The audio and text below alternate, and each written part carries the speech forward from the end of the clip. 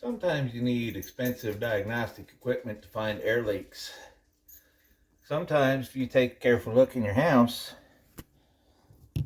well, I don't need no blower door test or thermal imaging to tell we got an air leak at this door. Essentially, remember, if you can see light, you have an air leak. Quickest way to tell. I mean, yeah, I got thermal imaging camera here.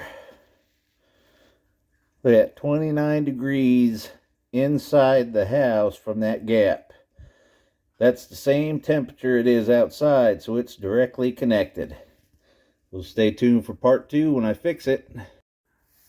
To fix that gap, you get your little door sweep, mark it and measure it. You get the idea there.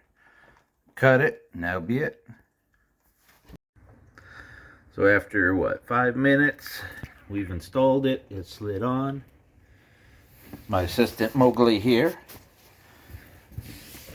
helped me out.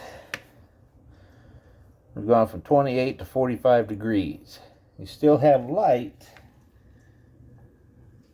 because of how short that door is. It's missing threshold parts, but at least we've stopped the air from coming through. That's the key thing right there. Hope you enjoyed. Don't forget to subscribe to the channel for more home air sealing, weatherization, whatever you want to call it, tips.